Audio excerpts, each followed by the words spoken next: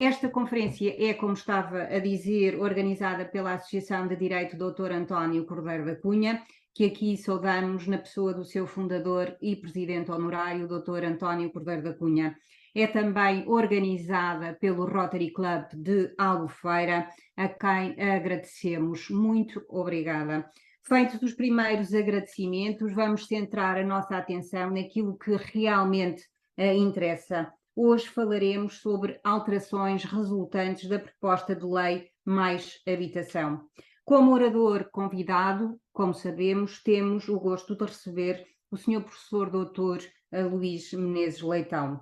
Em síntese, o nosso convidado é licenciado em Direito pela Faculdade de Direito da Universidade de Lisboa, mestre em Direito, Ciências Jurídicas pela Faculdade de Direito da Universidade de Lisboa, doutor em Direito pela Faculdade de Direito de Lisboa, agregado em Direito pela Faculdade de Direito de Lisboa. Exerce a docência na Faculdade de Direito de Lisboa desde 1986, sendo professor catedrático da referida Faculdade de Direito desde março de 2007. Exerceu igualmente a docência na Universidade Autónoma de Lisboa, igualmente professor catedrático dessa universidade. Tem lecionado ao longo dos anos vários cursos de mestrado e doutoramento em Portugal e no estrangeiro, nomeadamente em Timor, Goa, Guiné-Bissau, Cabo Verde, Moçambique e Angola. Está inscrito na Ordem dos Advogados desde 23 de junho de 1988, exercendo a atividade de advogado e jurisconsulto. É presidente da Associação Lisbonense de Proprietários desde abril de 2009. Foi presidente do Conselho Superior da Ordem dos Advogados entre janeiro de 2014 e janeiro de 2020. Foi, como todos sabemos, bastonário da Ordem dos Advogados entre janeiro de 2020 e janeiro de 2023. Que saudades, diria eu! Tem centenas de publicações que são conhecidas de todos nós. A palavra é concedida ao nosso orador por um período aproximado de 30 minutos. Após, iniciaremos o nosso debate. Vamos, como sempre, e porque o que é bom não se altera, passar a palavra ao Sr. Dr. Silva Cordeiro. Muito obrigado, doutora Carla Silva Cunha. É sempre um prazer retomar estas conferências consigo e, sobretudo, sendo esta primeira conferência, enfim, com o professor Luís Menezes Leitão. Devo dizer que pessoalmente me dá um prazer extremo por uma razão muito simples. Gostei muito, mas muito de trabalhar convosco e criei por vós um sentimento pessoalmente igualmente muito, muito estreito e muito fraterno. E, portanto, tenho muito, muito gosto em estar aqui convosco, isto sem qualquer menosprezo por qualquer uma das pessoas que nos estão a assistir, antes pelo contrário, são mesmo vós que estão a assistir a esta conferência que dão sentido. Ora bem, estamos aqui, enfim, hoje o motivo que nos traz aqui é o profundo conhecimento que o professor Menezes Leitão tem na matéria do arrendamento e aquilo que o mesmo pode antever para o processo de alteração das leis em torno da propriedade, nomeadamente da habitação, que estão neste momento a ocorrer. Algumas já estão consumadas, outras estão anunciadas e não se sabe se ocorrerão ou não. Mas será exatamente sobre essa matéria que nos irá falar e portanto, sem mais delongas e pedindo, obviamente, desculpa aos colegas por não os ter considerado como deveria e às pessoas que estão a assistir em geral, não os ter considerado inicialmente como deveria na minha intervenção inicial, enfim, passo desde já a palavra ao professor Menezes Leitão.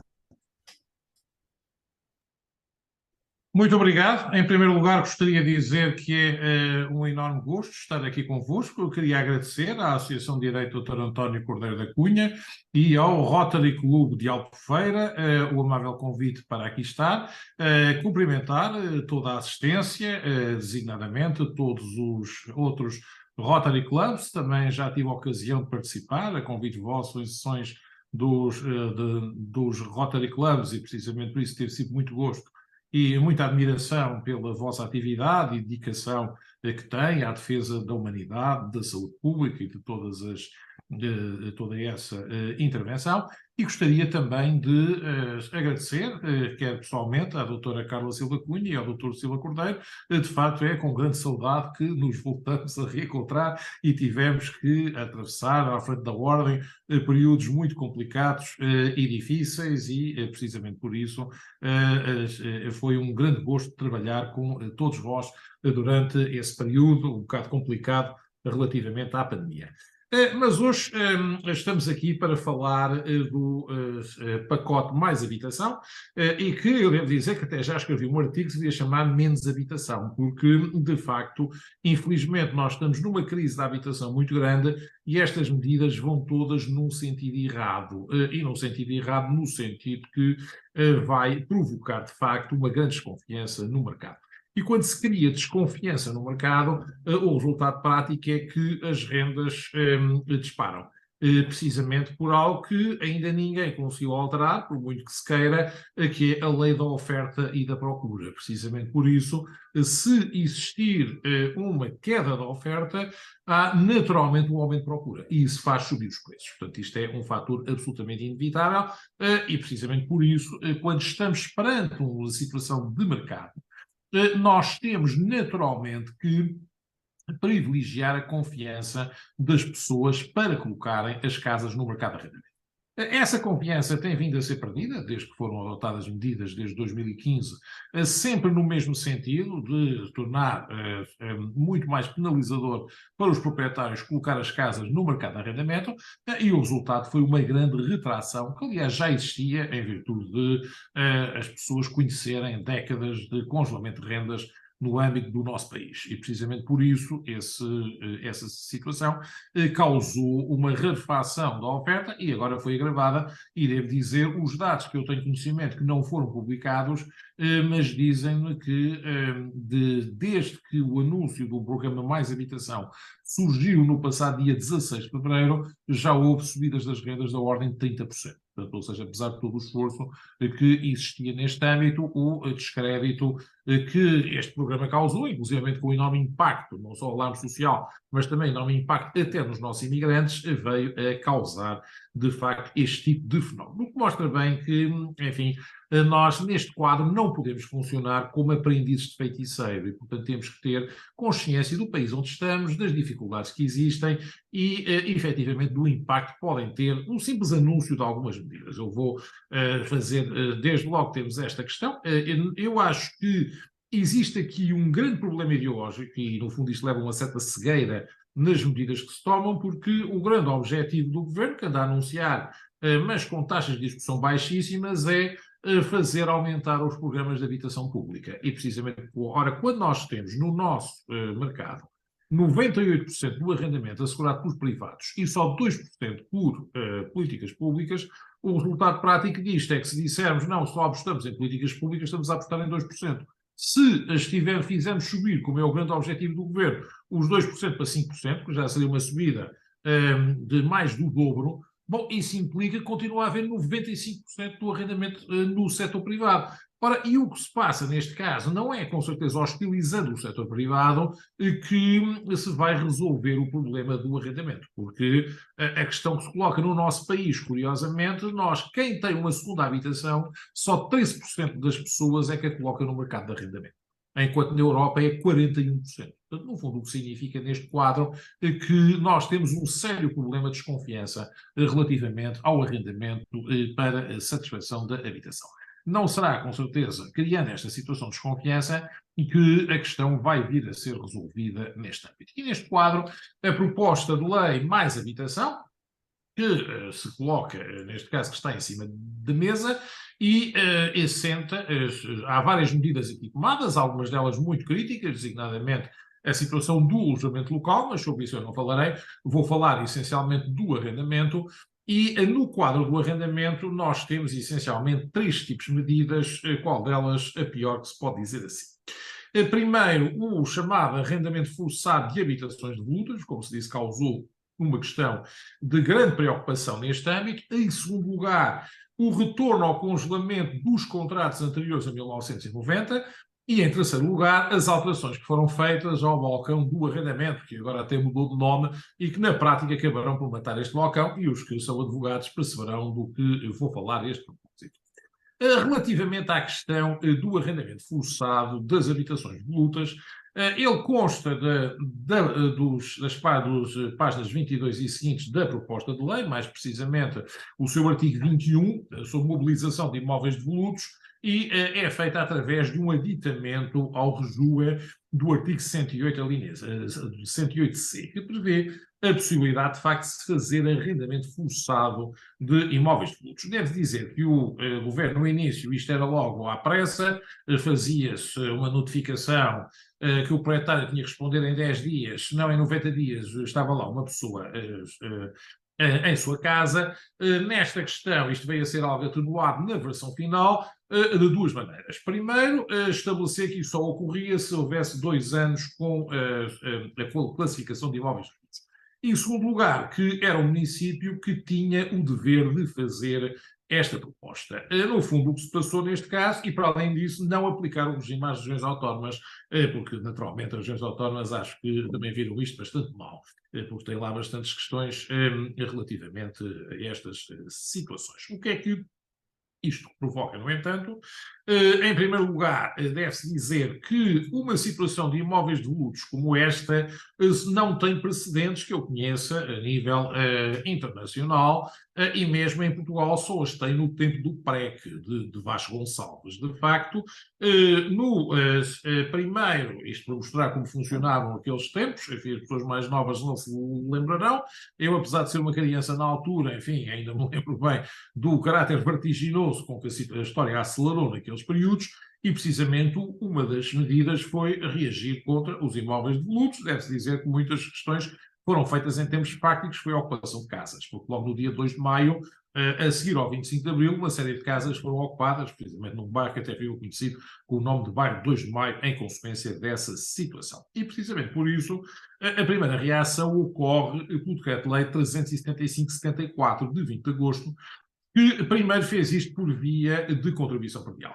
Estabeleceu que os imóveis devolutos, a partir do prazo de 6 meses de sessão do último arrendamento, passavam a ter uma taxa de 20% de contribuição predial no primeiro ano, 30% no segundo e 40% no quarto. Portanto, no fundo, o que significava que, neste caso, o proprietário, em poucos anos, estaria a pagar 90% do valor do imóvel. Esta medida, no entanto, demonstrando a velocidade com que aquilo funcionava, é que um mês depois, como não foi considerada suficiente, passou-se então para o arrendamento coercivo, através do Decreto-Lei 445/74, de 12 de setembro, que estabeleceu que não podia ser recusado durante mais de 120 dias o arrendamento de qualquer foco para a habitação, nos termos do artigo 5º, se estivesse destinado. Havia algumas exceções, constavam do artigo 6º, a verdade é que qualquer pessoa que não, se o senhorio não celebrasse o contrato de arrendamento, qualquer interessado tinha o direito de celebrar o contrato com ele. E podia pedir à Câmara Municipal que fosse ela a celebrar esse tipo de contrato. Eu devo dizer que eu encontrei muitos contratos nessas situações, coisa que ainda hoje me indigna ver como é que é possível pôr um estranho em casa, e muitas vezes até no inimigos do próprio proprietário, a quem a Câmara colocava, neste caso, um contrato de arrendamento para este efeito. E, portanto, colocando-se nesta situação relativamente a estes casos. Mas o diploma só veio a ser expressamente revogado pelo Decreto-Lei 148/81, de 4 de julho, embora esta imposição coerciva do novo arrendamento acabou por ser ultrapassada na fase da Revolução, através das ocupações selvagens dos fogos. que se faziam sem que os ocupantes estivessem interessados na celebração de qualquer novo arrendamento e muito menos no pagamento de quaisquer rendas. Portanto, ocupavam as casas e diziam: a casa passa a ser nossa e não queremos pagar absolutamente nada quanto a este tipo de situações. Devo dizer que ainda me lembro, precisamente, numa célebre coletânea de arrendamento, de jurisprudência de arrendamento do Dr. Mário Frota, publicado em 1984, que o primeiro acórdão que aparecia destes anos quentes da Revolução dizia que na fase de transição para o socialismo, e mesmo na fase socialista, o não pagamento da renda motiva despejo. Portanto, ou seja, no fundo, até essa questão foi contestada, se devia pagar a renda. Mas a verdade é que nós tivemos muitos casos de ocupações forçadas de casas nessa situação.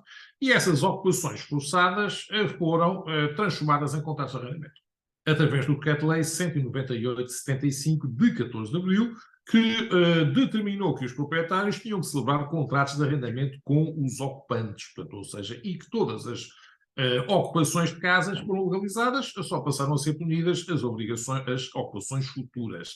Nesse caso, o senhorio também tinha a obrigação de fazer arrendamento e, portanto, neste âmbito, colocava-se neste caso uma questão que se verifica nesta sede.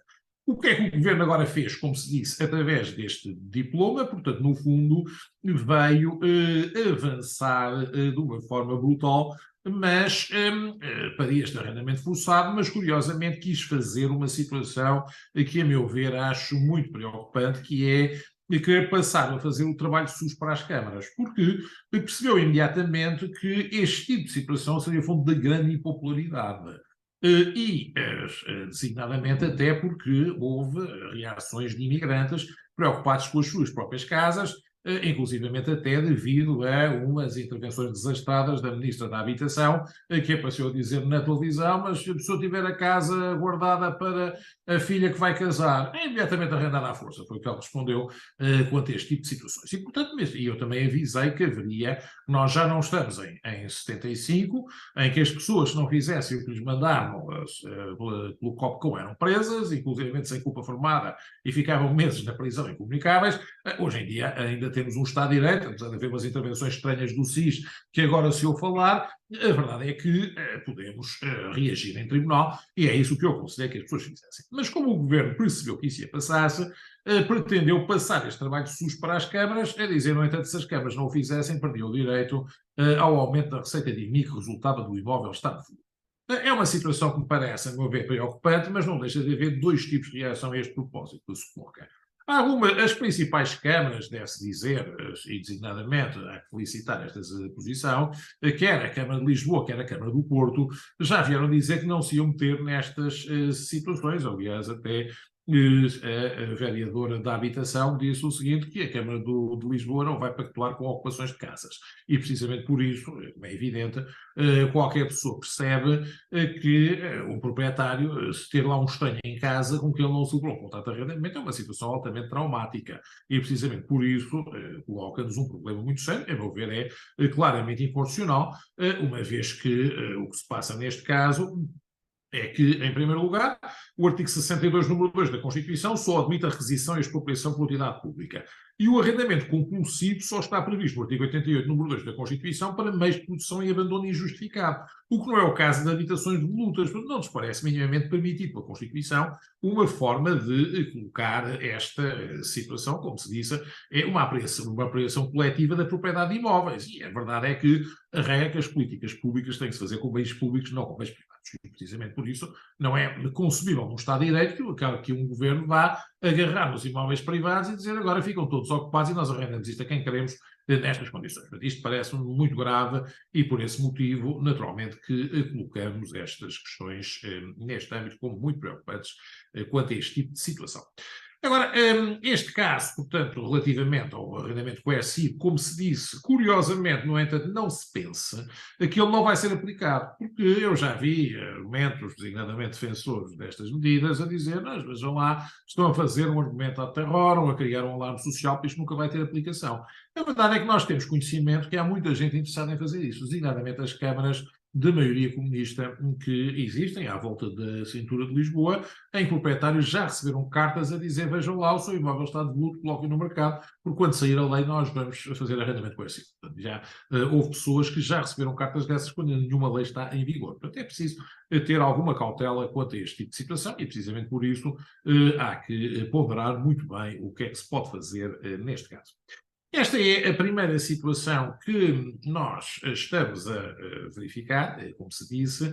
A segunda que nos aparece neste âmbito é o regresso ao congelamento de rendas nos contratos antigos. Eu devo dizer que me parece uma situação também perfeitamente absurda e só compreensível, neste caso, por razões ideológicas nesta sede.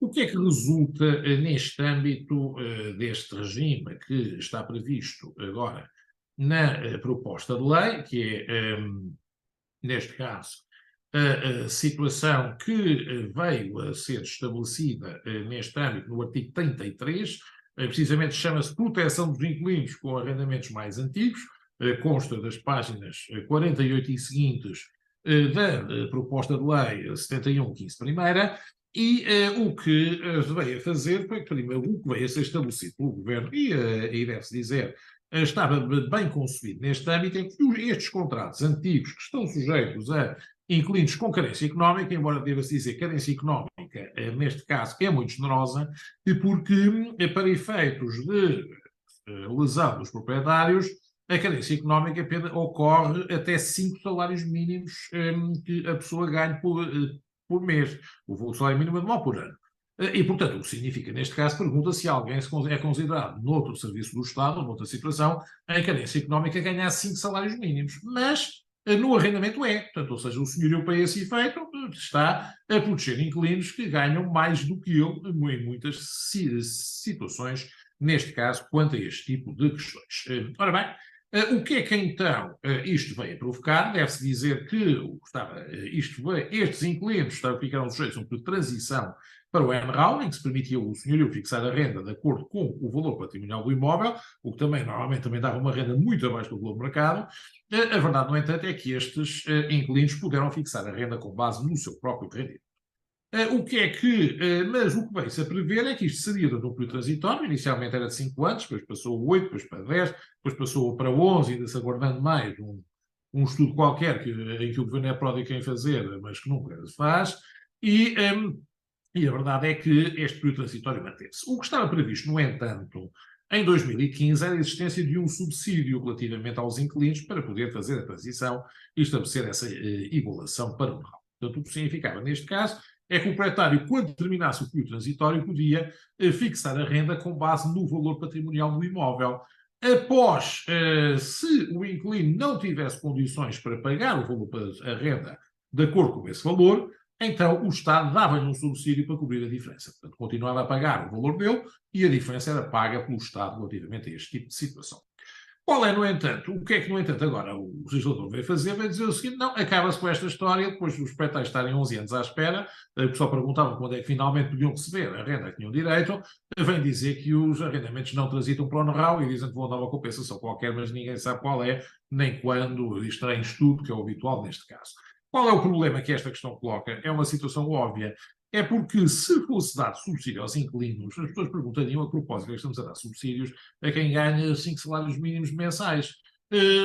Precisamente por esse motivo, o que a lei quer dizer é o seguinte: não, se for dado um subsídio aos senhorios, eles raramente terão carência, portanto não terão que pagar o subsídio e nem querem subsídios, porque os senhorios não querem subsídios, querem ser tratados com igualdade e não lhes interessa que um contrato antigo seja tratado de forma diferente do novo, ainda mais quando o inquilino ganha muito mais do que no outro contrato. Precisamente por isso, este regime de retorno ao NRAL é, de facto, um regresso ao congelamento de rendas destes contratos, que, aliás, este congelamento de rendas também veio a ser estabelecido com uma limitação que se veio a prever na fixação das rendas e que, no fundo, corresponde a um congelamento parcial mesmo para os novos contratos. Deve-se dizer que esse congelamento já se tinha, de alguma forma, verificado quando se limitou a subida das rendas a 2%, quando a taxa que deveria ter sido aplicada é 5,64%, portanto, ou seja, foi uma situação de 1/3, quase, de quebra de um terço apenas do que deveria ter sido o aumento.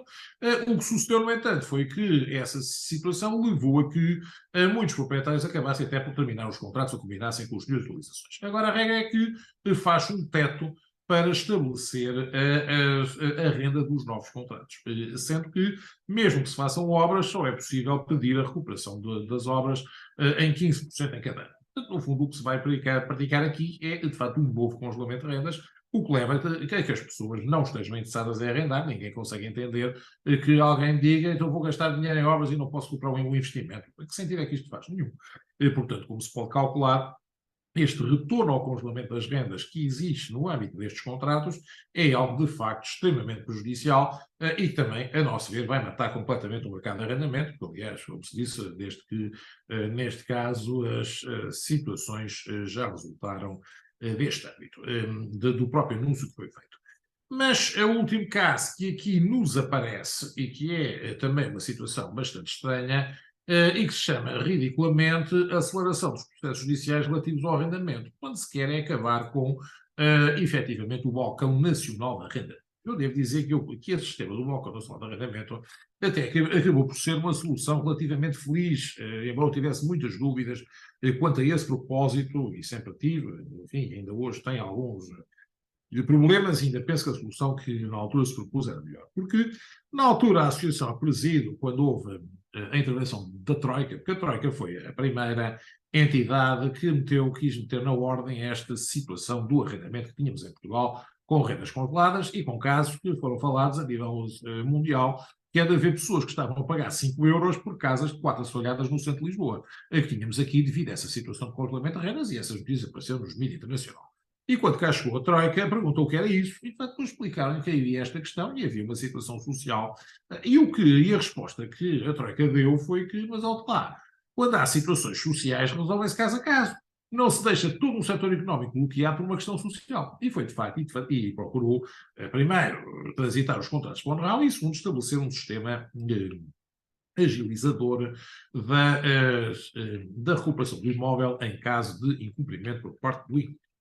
Qual é o problema, no entanto, que esta questão colocou? A Troika tinha uma questão que era dizer o seguinte: as pessoas podem utilizar um sistema de despejo rápido, que é o sistema de despejo administrativo ou policial, que existe noutros países, designadamente na América do Norte, e que, em alguns estados, e que se baseia no seguinte: é que ou o inquilino tem de facto comprovativo, pagou a renda, ou se não a paga, é posto na rua imediatamente. Portanto, no fundo, a situação de colocar este tipo de questões. O que é que, no entanto, isto gera, é que não é permitido pela nossa Constituição, porque a nossa Constituição diz que não se pode entrar na casa de domicílio de ninguém, seja esse domicílio e propriedade do arrendamento, sem uma ordem judicial. E, portanto, a ideia de um despejo administrativo ou policial não tem cabimento constitucional entre nós. E, precisamente por isso, quando pediram a minha opinião, eu disse assim: bem, a solução que devem fazer é utilizar um processo expedito baseado no antigo mandado de despejo, que evita estas confusões todas da ação executiva para a entrega do imóvel arrendado, porque isto é tratar o proprietário que recupera o imóvel como um simples credor, o que, a nosso ver, não faz sentido absolutamente nenhum. Mas o problema que se colocou foi que, eu devo dizer, como advogado, tive muita situação de tratar processo de despejo, nos velhos tempos, ainda antes do antigo Código de Processo Civil, e na altura o que se passava, que o processo de despejo era um processo especial, simultaneamente declarativo e executivo, e o que sucedia neste quadro era que nós podíamos ter muita dificuldade em convencer o tribunal a despejar alguém. Mas quando o juiz era convencido, o despejo ocorria numa semana, porque passava-se um mandado e o mandato só podia ter oposto em circunstâncias extremas. Portanto, era possível fazer um processo judicial expedito que ultrapassaria esta situação e colocaria no caso do mandato de despejo. O que é que o legislador se lembrou de fazer? Não, o que vamos fazer é isto: vamos para o Balcão Nacional de Arrendamento, deve-se dizer até o nome na altura teve alguma polémica, porque primeiro chamaram-lhe Balcão dos Despejos, devo dizer o nome caiu mal, acho que ninguém queria ter um cartão a dizer que trabalhava no Balcão dos Despejos e por isso deram-lhe o nome um bocado pomposo de Balcão Nacional de Arrendamento. Agora acharam que o nome também não é adequado, que não dá a atenção ao arrendatário, e agora chamam-lhe balcão do arrendatário e do senhorio, como se isso colocasse ali. No entanto, é que o objetivo do balcão foi, nesta nova versão, completamente alterado. Porque a ideia do balcão era prescindir o recurso ao tribunal. No fundo, o proprietário, quando tinha motivos para terminar o contrato, ou uma denúncia, a oposição à renovação, ou a falta de pagamento de rendas, comunicava ao balcão que havia esta situação e o inquilino, se não deduzisse a oposição, era imediatamente despejado. Portanto, ou seja, no fundo da questão, embora pudesse depois impugnar o título de desocupação do local, mas tinha uma forma de despejo que não passava pelos tribunais. Portanto, havia esse título que era emitido para este propósito. Eu devo dizer que sempre tive grandes dúvidas de que não houvesse oposição e a experiência demonstrou que quase sempre havia. Uma razão óbvia é porque a comparação era com o balcão das injunções, mas uma pessoa pode não se opor a uma injunção porque sabe que deve e, portanto, não tem fundamento de oposição. Se estiver em casa, saída da casa que ocupa, como é óbvio, é muito mais discutível se a pessoa vai, por isso, simplesmente deixar aquilo passar imediatamente, sem induzir a oposição. Mas, enfim, apesar de tudo, houve casos em que a situação acabou por funcionar. O que é que agora o legislador pretende? É que o balcão serve para remeter a tribunal. Portanto, por isso, simplesmente isto. Porque o juiz, mesmo que não haja oposição do inquilino, tem que sempre o juiz autorizar a entrada no locado, que é as alterações que agora estão a ser estabelecidas, e precisamente, ou ainda quando o balcão queira suscitar qualquer outra questão que entenda que deve ser judicial. Eu devo dizer que neste caso acabou por morrer o balcão do Redentor, porque já na versão anterior era contestável, neste momento não vejo utilidade nenhuma, porque se alguém, e desde que a jurisprudência disse, mesmo nos casos que estão previstos no balcão, é possível recorrer ao processo de despejo, então agora que sentido é que faz não irmos diretamente para o processo de despejo? Então vamos para o balcão, aqui o tribunal, que a pessoa que recebe o balcão tem sempre de mandar para o tribunal, mesmo que haja a oposição do inquilino. Mas vale diretamente ir para o tribunal, e se não houver a oposição do inquilino, o juiz decreta o despejo logo em consequência desta situação. Portanto, eu acho que neste momento, com estas alterações que foram feitas, o balcão nacional de arrendamento, agora chamado balcão do arrendatário e do senhorio, é completamente inútil. Resta-me dizer a última questão, que o Estado diz que agora o Estado também aparece aqui a dizer que vai adiantar o pagamento de 3 rendas, e curiosamente é através do IRU, que eu devo dizer, não tenho ideia que o IRU durante a pandemia tenha funcionado minimamente no pagamento dos subsídios que deveria ter pago. Portanto, neste caso aqui também não parece estável. Mas aí dou razão ao professor Cavaco Silva. A última coisa que alguém quer no arrendamento é ter o Estado como agente imobiliário. Portanto, ou seja, deve-se dizer que nem para arrendar para subarrendar, nem para pagar rendas, nem para fazer coisa nenhuma. As pessoas querem funcionar no setor privado e, devo dizer, a ideia de um Estado que se assume como mediador da Remax, e é ele que vai arrendar, subarrendar e ainda por cima adiantar rendas, enfim, quem conhece a burocracia com que o Estado funciona deve dizer que nos parece que isto é ainda mais assustador do que alguém podia criar e, portanto, eu disse... o resultado do que foi anunciado no dia 16 de fevereiro, enfim, vai ficar para a história do arrendamento em Portugal, com as medidas disparatadas que surgiram, e estou convencido, aliás, ainda vou ter uma reunião com a Ministra da Habitação amanhã, precisamente, e vou transmitir também mais uma vez isto, mas estou convencido que este tipo de medidas é um disparate total e precisamente por isso o resultado vai ser o agravamento da situação, que já é muito grave, porque não é contra o setor privado no arrendamento que nós vamos resolver o problema da habitação em Portugal. Pelo contrário, se não acarinharmos o setor do arrendamento, só vamos agravar a situação. É isto que, enfim, eu diria. Muito obrigado pela vossa atenção e estou à vossa disposição para qualquer questão que queiram colocar. Muito obrigado. Muito obrigada, professor. Como sempre, claríssimo, objetivo, e esta última parte, então, definiu claramente aquilo que muitos de nós pensamos relativamente a esta alteração. Vamos agora abrir o debate. Aproveitar a presença do senhor professor para colocar algumas questões. Podem manifestar esta intenção de colocar alguma questão através da mãozinha, que é uma das ferramentas da plataforma Zoom, ou então através de questões que possam escrever no bate-papo do Zoom também. Podem também enviar questões através da plataforma YouTube. Como sempre, o debate é conduzido pelo Sr. Dr. Silva Cordeiro, por isso vou passar-lhe de imediato a palavra. Doutor? O som? Muito obrigado.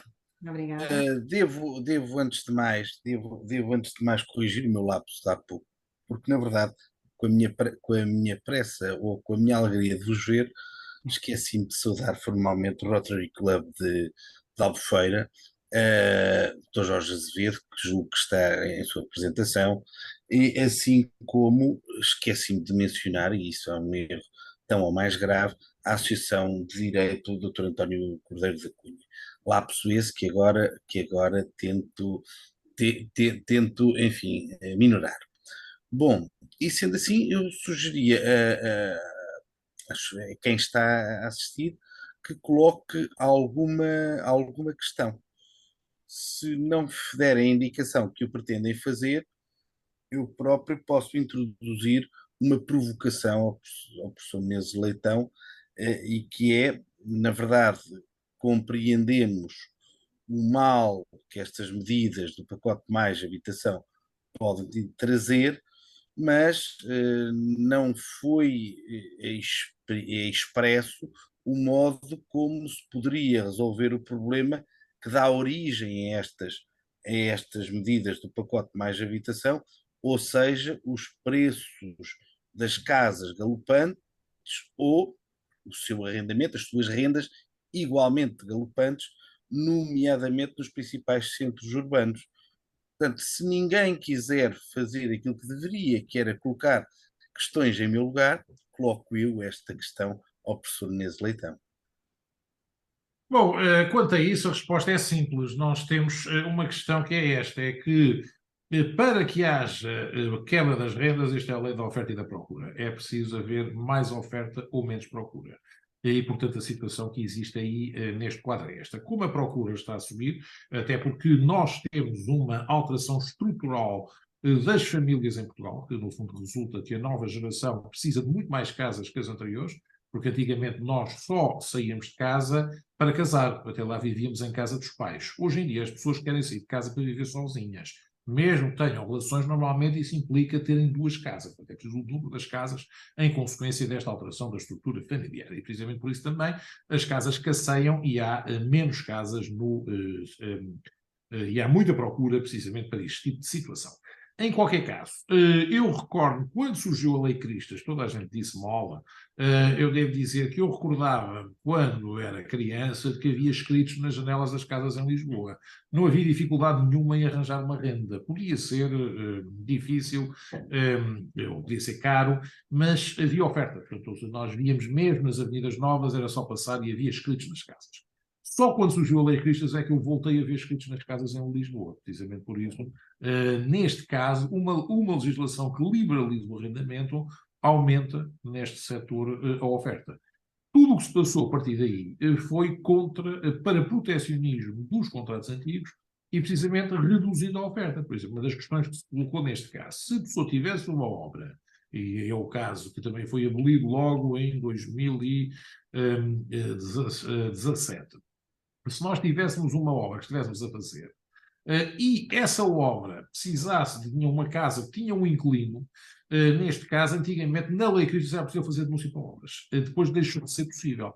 O que significava, neste caso, que era necessário, mesmo que se fizesse a obra, tinha-se alojar o inquilino durante o período da obra e realojá-lo na casa reabilitada.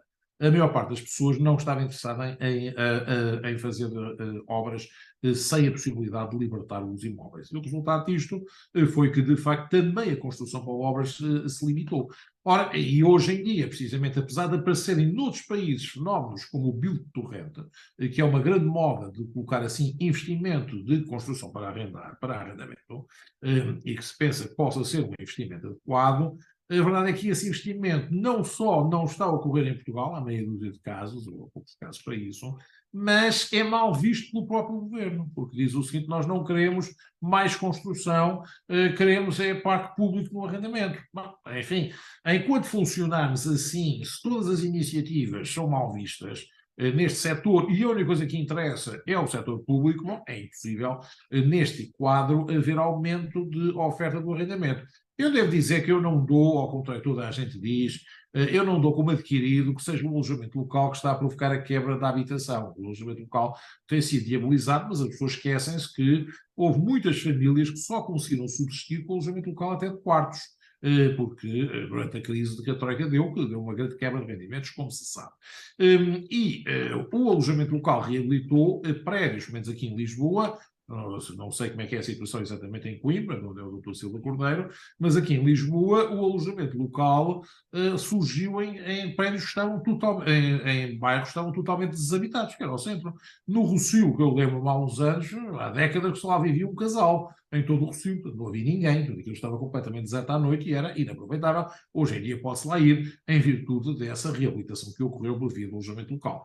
É por isso, eu como disse, o que me parece que é essencial é estabelecer a liberalização do arrendamento, como se fez em 2012. Se fizer isso, é possível ganhar confiança, desde que, obviamente, não seja para alterar o que se passou, porque o problema que esta situação causou foi que foi alterado em semanas o que tinha levado 30 anos a conquistar, em termos de confiança das pessoas, e isso desapareceu completamente nos últimos tempos. Ora bem, eu volto a fazer o convite a todos que estão a assistir para que coloquem as suas questões. De outro modo,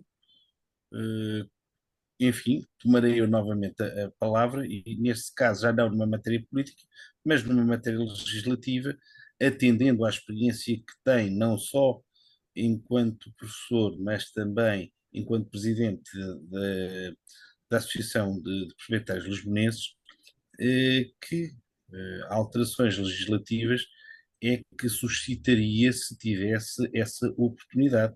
E coloco esta questão claramente porque, enfim, porque os invectivados não estão a fazer. Bom, obrigado. Quanto a isto, eu devo dizer o que, a meu ver, seria necessário fazer. Em primeiro lugar, esquecer o arrendamento coercivo. Portanto, isso é algo que nos parece, e deve-se dizer, muitos setores, mesmo do próprio PS, já perceberam e disseram isso. Eu devo dizer que achei muito curioso ter visto alguém, o Dr. Miguel Prata Roca, escrever um artigo a defender totalmente a constitucionalidade do arrendamento coercivo, e depois, quando percebeu o pânico que estava a causar, já veio dizer, não, se calhar é melhor fazer isto só para as pessoas coletivas, as pessoas individuais ficam completamente traumatizadas com a ideia de porem um estranho nas suas casas, e com razão. E precisamente por isso esta situação tem que ser absolutamente esquecida, porque é a questão traumática. Por outro lado, também, o grande problema que tenho, eu não faço questão do balcão de arrendamento, nunca fiz.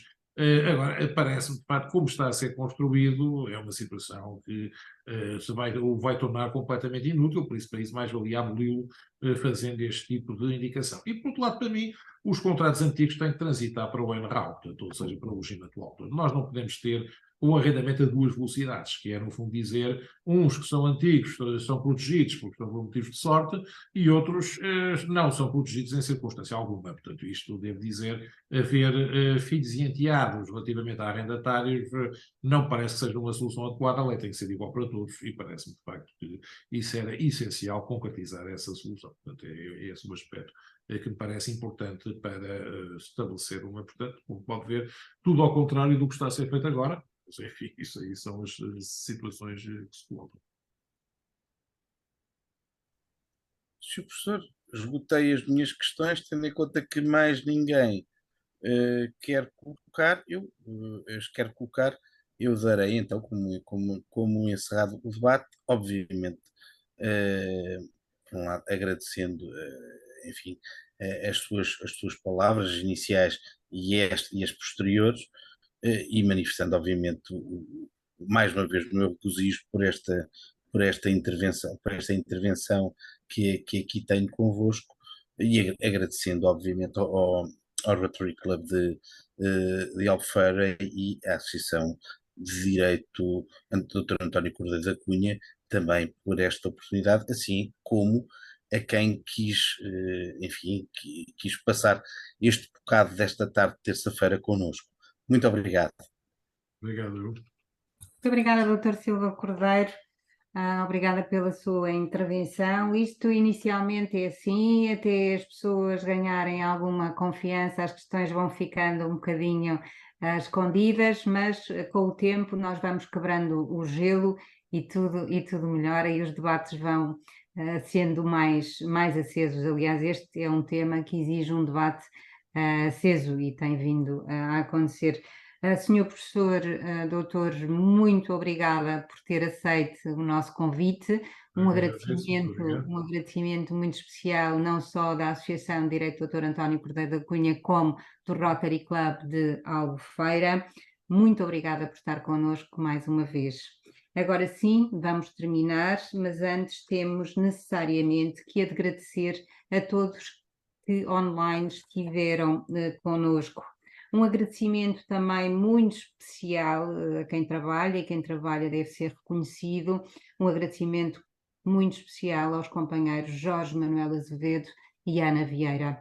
Outro agradecimento também devido aos associados da Associação de Direito Dr. António Cordeiro da Cunha, que obviamente agradecemos na pessoa do seu fundador e presidente honorário, Dr. António Cordeiro da Cunha, razão de ser de tudo isto. Informo ainda que todas as conferências organizadas pela Associação e pelo Rotary Club serão disponibilizadas através do canal YouTube e da página de Facebook da Associação. Agradeço mais uma vez a presença de todos. Voltaremos a ver